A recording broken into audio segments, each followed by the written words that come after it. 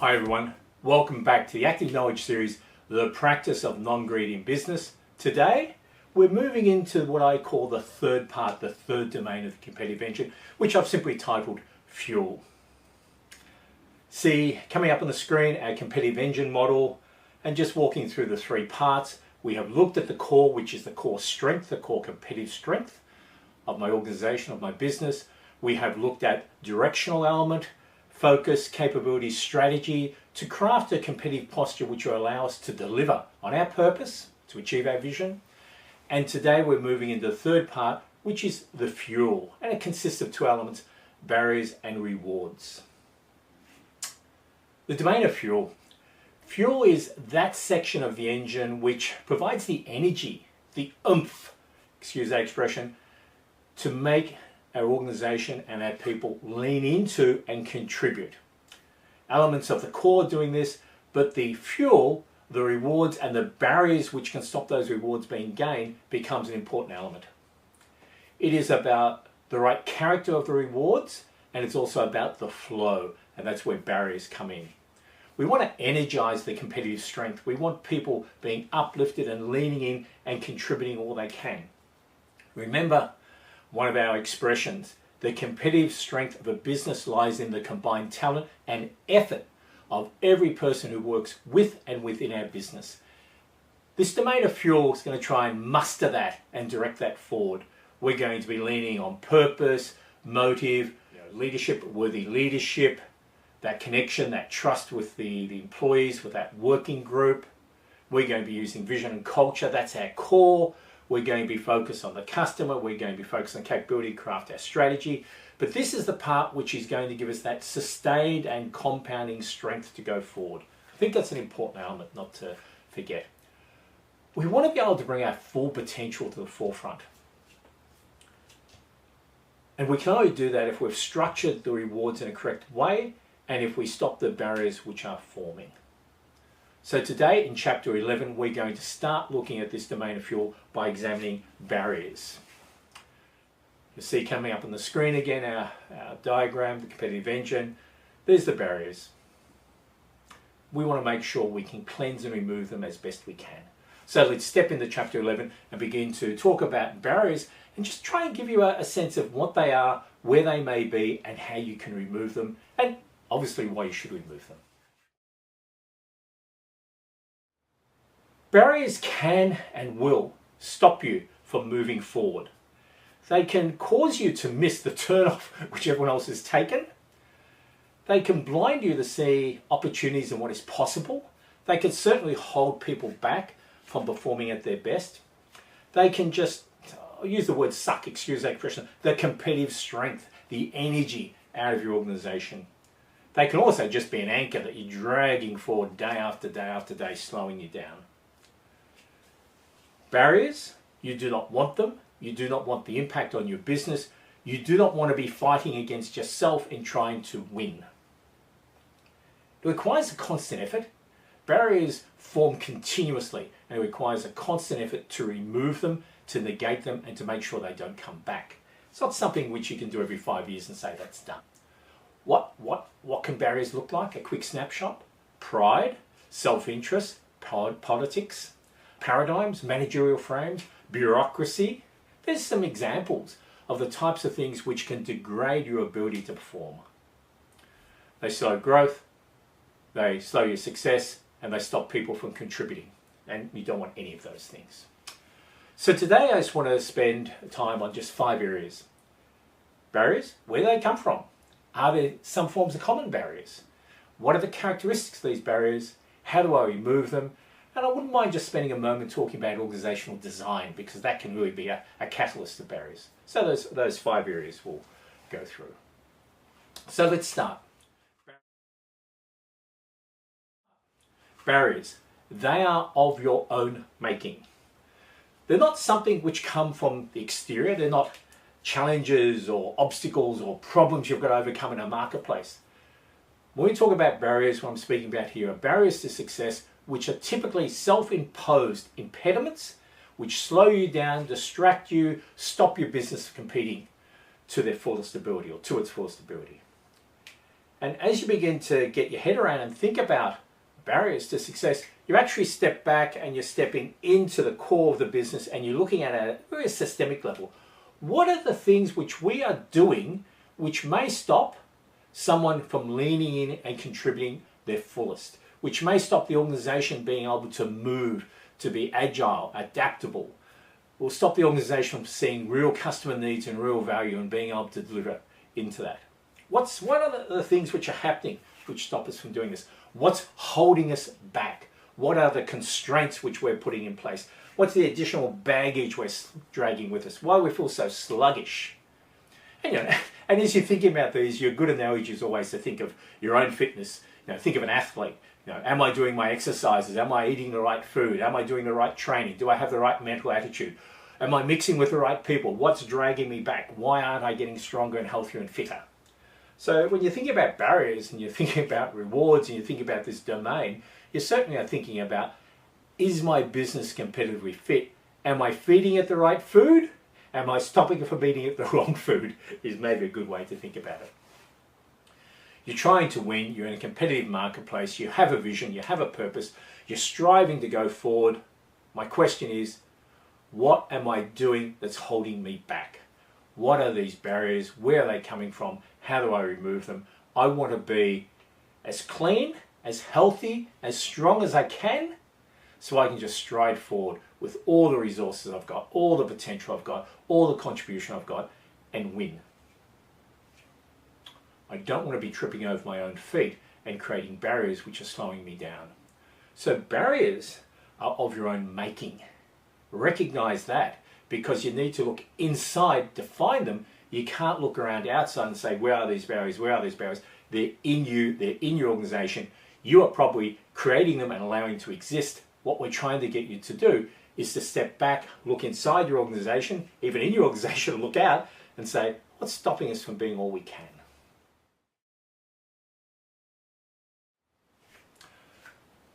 There are three common barriers. And I use this expression of the common barriers, but every business is unique. Every business is going to create its own barriers. Why?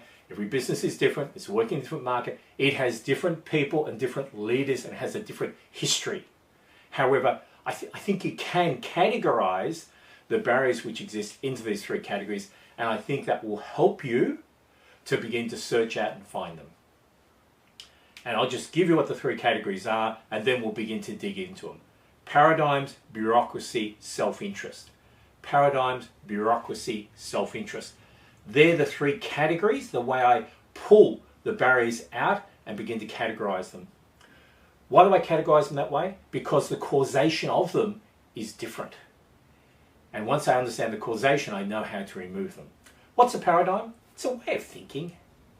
It's my worldview. It could have come from the history, it could have come from my experiences, would have come from the leadership team which is in there. They basically block new possibilities and opportunities and degrade performance. Paradigms. Bureaucracy. Processes, regulations and layers of authority. And these processes, regulations and layers of authority, they tend not to support customer focus, customer value, efficiency, effectiveness, nor certainly not individual contribution. They tend to be there for command and control. Paradigms, bureaucracy. Third one, self-interest. Self-interest is this me first attitude. It's to place my interest, my winnings, my benefits, my rewards ahead of others. And by doing that, I tend to degrade the performance of the organization. Paradigms, bureaucracy, self-interest. They're the three categories. Let's step into each one and begin to unpack it a bit further. Paradigms. Let's start with paradigms. Paradigms, mindsets, beliefs, managerial frameworks, conventional wisdoms, assumptions. It is our worldview. It's the way we know things work. It's the way we've been successful in the past, and therefore we continue on this path. It can be protecting my position, protecting my history, my legacy, the things which have worked. But if we just call them worldviews, I think that's a good way to describe them. If they go unchallenged, if they just continue to exist and no one dare question them, then they will basically define what is possible and what is not possible, where we should be, where we should not be, what we can do, what we can't do. Opportunities, possibilities, openings, they won't even be considered. They won't even come to the surface if they are in conflict with one of our paradigms. They will basically lock us on the tram tracks, and we'll continue on that path, unable to change because we can't. We can't think about anything. We can't consider anything. We can't recognize anything else which is not consistent with our worldview, our paradigm. They're biased. Paradigms become a bias. And the characteristic of a bias is often they are just embedded within us. We actually don't even know they're working. We don't even know how they're impacting our decisions.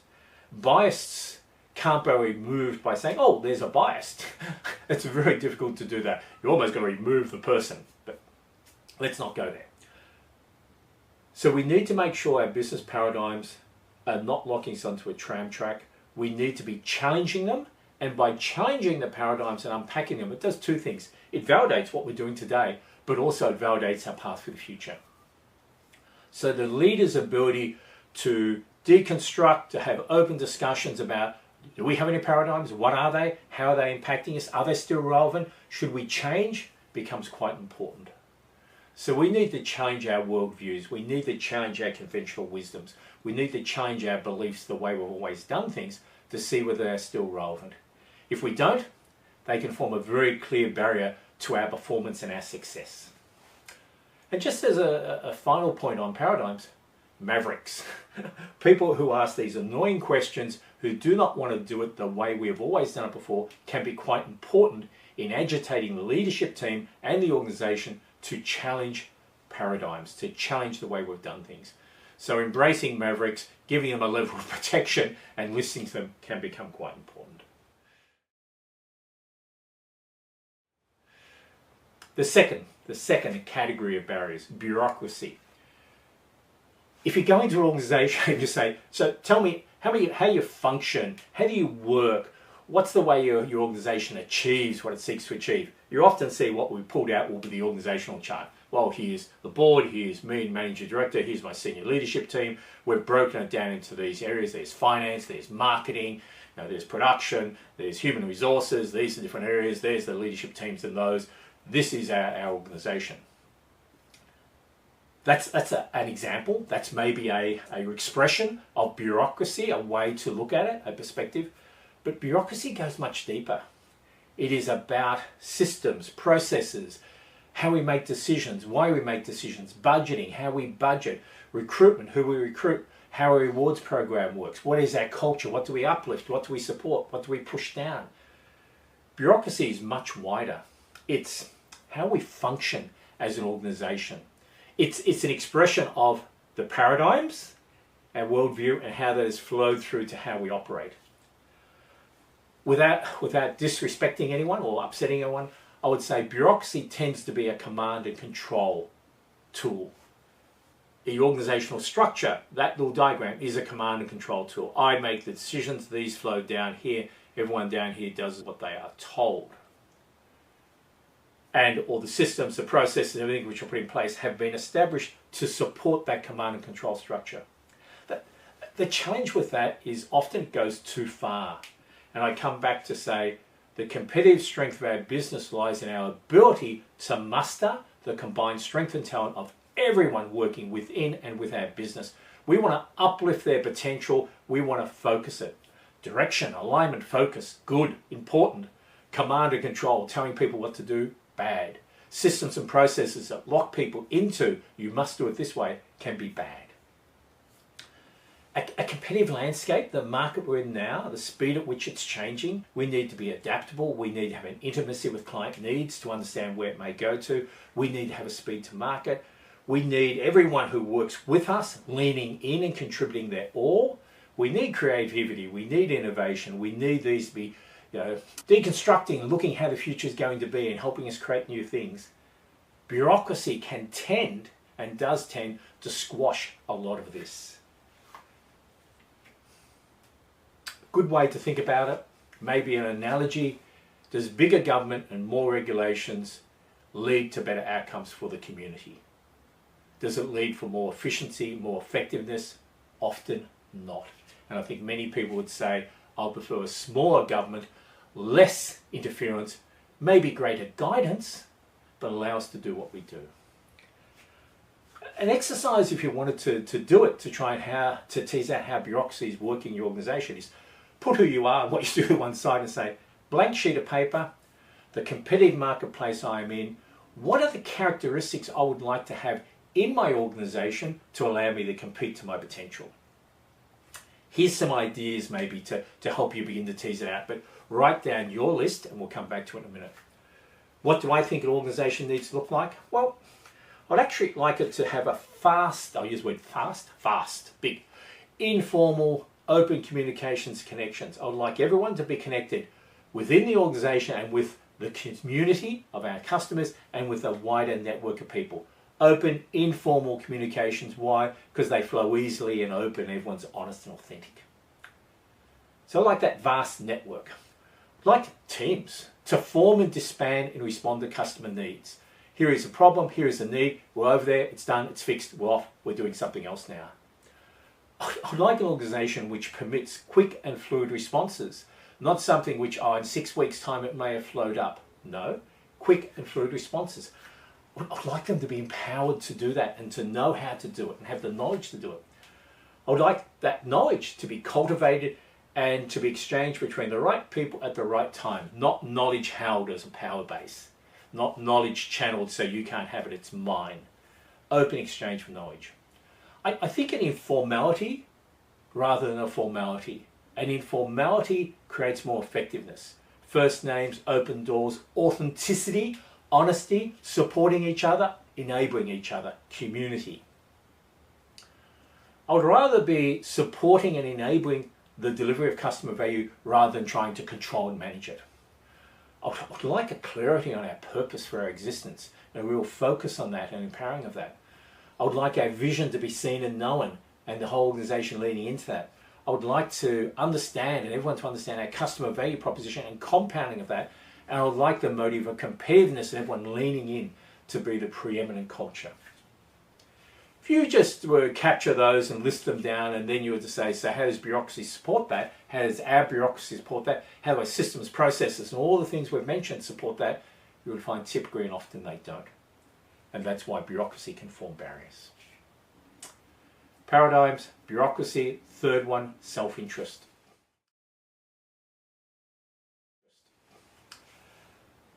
No matter how large or how small your business is, your organisation is, no matter how young, how old, no matter what area, domain it's working in, self-interest must be actively guarded against.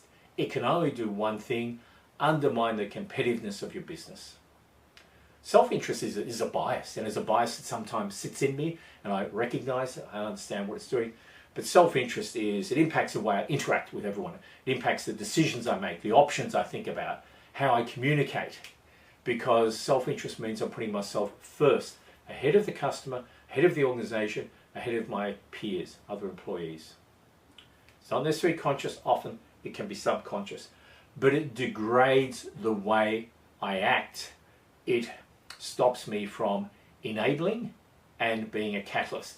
Remember the 3 circles? Am I an achiever? Am I an enabler? Am I a catalyst? Self-interest drags those down because in essence I'm putting myself ahead. Your culture will guard against it. Worthy leadership will guard against it. Your definition of success will guard against it. And we'll get into those when we talk about how you remove barriers. Paradigms, bureaucracy, self-interest, I find are 3 great categories in which to use as a lens to look through your organisation and say, okay, paradigms, managerial frames, the way we think about our worldviews, what are the things which I turn around and say, this is the way we do it, this is the way we've always done it. Let me just begin to reflect upon those and then begin to say, are they stopping us from achieving something? Spin around, bigger picture, bureaucracy. What are our systems and processes and the way in which we do things? Is that helping us grow? Is it helping us find new opportunities? Is it helping us drawing everyone's participation forward or not? Let's just look at these, and before we do anything else, let's just examine them. And you'll see often in a government context, we want to remove regulations because regulations stop performance. Well, what's happening in your organization stopping performance. That's the bureaucracy piece. Then we come across this other little piece on the side here, self-interest. And it's almost just an accepted thing. The people coming into my organization are going to be interested in what they can take from it. No, that does not have to be the case, and is not the case in many instances. Great leaders building great businesses typically do it for the organization, for the purpose, for the community, not for their individual reward. So worthy leadership and making sure we've got worthy leadership is a way to negate self-interest. But yeah, just think about that. Paradigms, what are our worldviews? Bureaucracy, are we supporting and degrading performance? And self-interest, are there people here who are just in it for themselves? What positions are they in, and how do I get rid of them?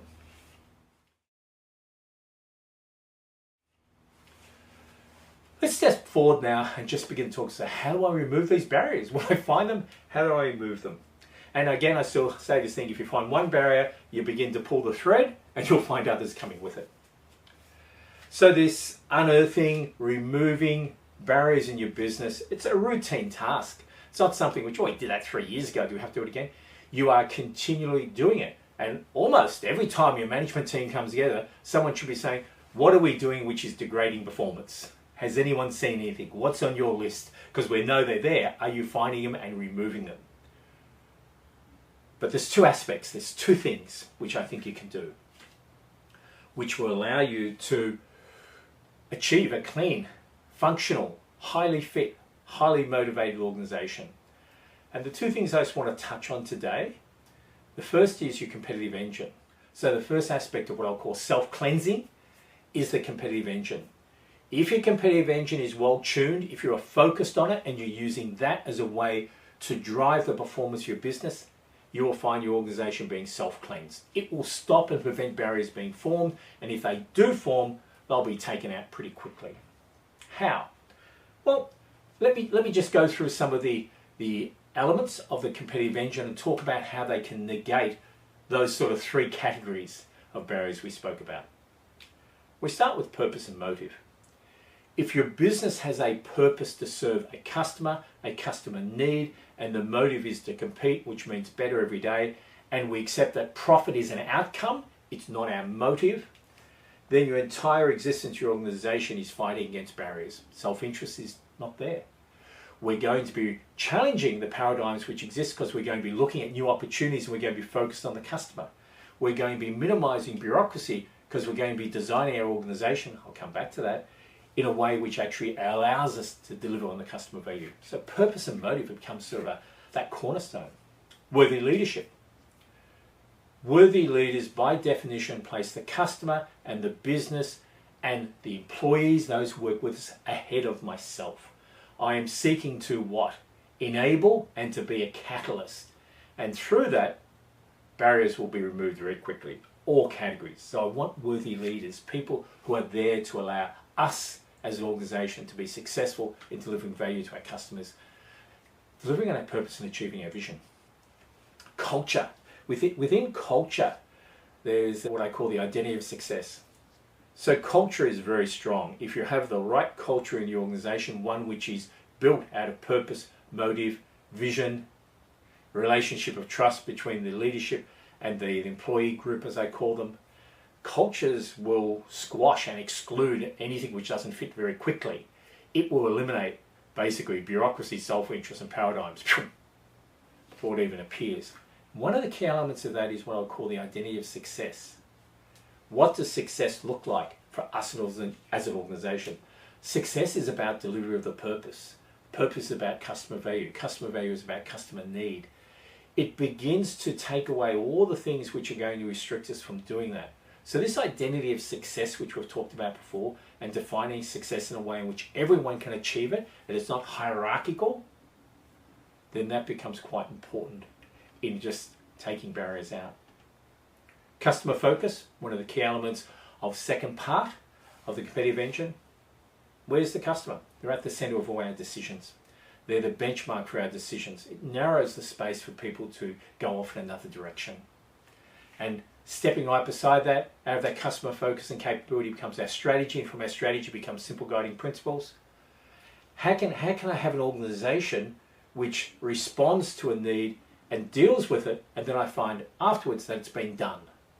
Simple guiding principles are my basic laws which empower and tell people this is who we are and this is what we do. So someone can look and say, oh, here's a problem, here's my basic laws, it's fixed, let's move on. You don't need to have this flow of questions and decisions flowing up and down and just taking far too long. So there's some examples of the competitive engine. When it's working well and you are competitively fit, you help to remove the barriers. You're not eating the bad food. You are doing the exercise you need to do, and you're strengthening your mental power. There is a second aspect of removing barriers which I want to touch on, and the competitive engine and the focus on the competitive engine, the practice of non-greed in your business, your organization, will help this take shape. But it is about what I call the organizational structure.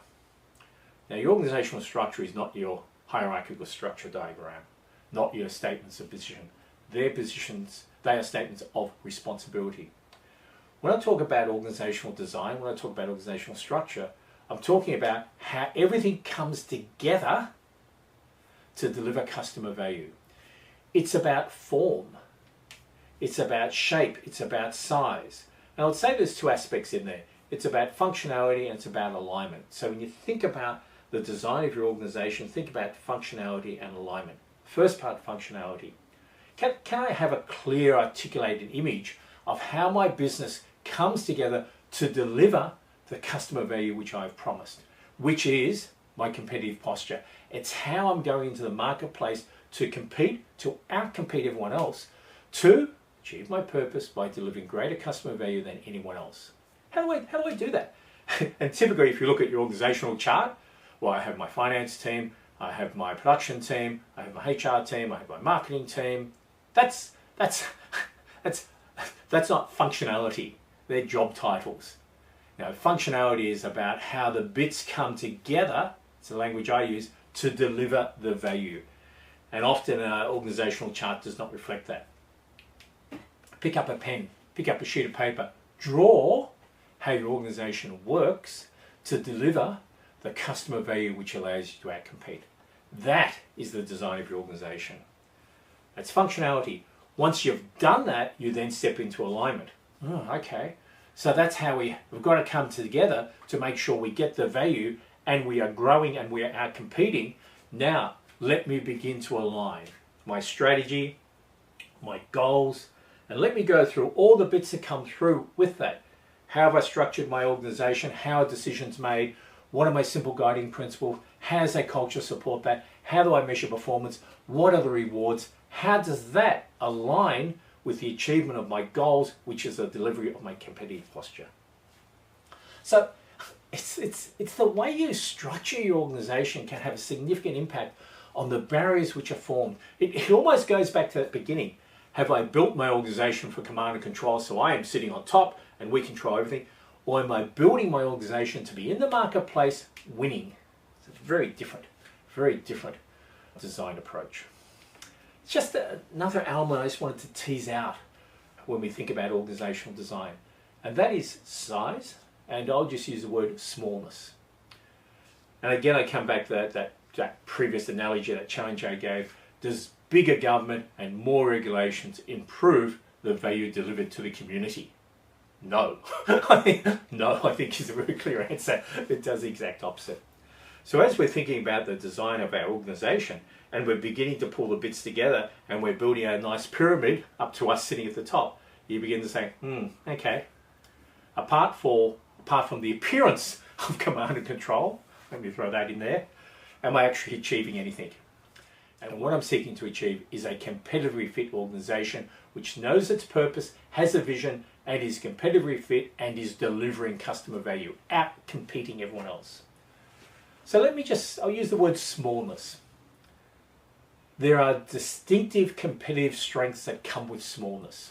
And I'll just go through these. And as I go through these, I'd like you to think about your organization and to tick, yes, we have that. Yes, we have that. Give yourself a score, 1 out of 10. 10 is we're just, this is us, this defines us. And 1 goes, oh my goodness, we're nowhere near that. So you can give yourself a score, but I'll just run through this list. Smallness. Smallness induces manageability and commitment. The individual can stand out and make a contribution far easier in a small organization. A future leader can gain real hands-on experience, a real understanding of the business, the market, and the customer and their needs. Sense of community can be built far more readily in a smallness organization. Efficiency is easier to obtain. Adaptability and flexibility easier to sustain and build. Decisions made far more quickly. Creativity can flourish where in an environment where the individual counts. There's a higher degree of face-to-face contact between leaders, employees, and customers. Individuals, small groups, tend to be far more creative, innovative, and stepping out. Smallness, less complex, less bureaucracy. Smallness, there's just a far greater clarity. In short, with smallness comes less bureaucracy. With smallness becomes higher competitiveness. It allows the competitive engine to become much stronger and to become far more impactful. So as you begin to put the pieces of your organization together and begin to go from smallness into bigness, just be conscious you may well be degrading the competitiveness of your organization. Design. How do you design your organization? And the last aspect I'll just put on the table, and I'll take you back to one of the earlier chapters, centripetal leadership. So you begin to say, but hang on, if I begin to break this organization down and create smallness, how do I make sure all the parts come together to function correctly? How do I make sure they're not going off in tangents? Centripetal leadership, which basically says worthy leaders need to be appointed. My arm can only reach so far. And once it gets to that end point, my influence, my impact has diminished significantly. Before that point, I need to appoint a worthy leader, someone who has got the right character and understands our purpose, our vision, and our motive. They will then take that and extend it forward. So I actually build the structure of my organization, and I achieve a competitive fit organization by having worthy leaders spread throughout the organization. And just leaders are sometimes appointed, leaders are sometimes informal. You've got to be conscious of both. Yeah. So how do I remove barriers? Well, there's two ways. Your competitive engine, if it's functioning properly, will be self-cleansing and will be pushing the way the entire organization functions, the way the entire business functions, to be competitively fit. It will do that through all the elements of the engine working, individually and together. But just stepping away from that, the second aspect is be very conscious of how you design your organization. Because if you don't design it to deliver on your competitive posture, to deliver the customer value, if you're going off and you're designing your organization to try and chase a profit figure, you'll begin to degrade your performance very quickly. And think about smallness.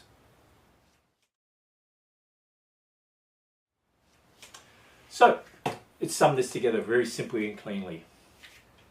In your organization, in your business, you want to create a clear and unrestricted pathway to success for each and every individual, so the combined talent and effort of everyone can come to the table and support you in what you're seeking to achieve, the purpose for which we exist.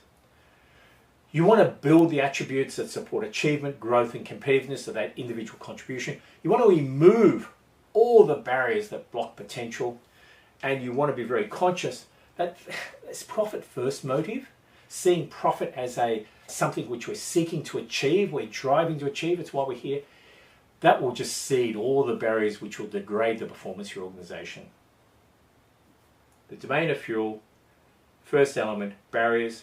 We want to remove the barriers so there's no restriction from the people who's working with us and within our organization, achieving the rewards which are there, which is saying we want them fully motivated and leaning in full potential, full effort to delivering on why we exist, our purpose as an organization. And profit will then be a natural outcome, and a much greater profit, I believe, than you otherwise could have or would have made. Chapter 11, first chapter in the last section, the part of fuel.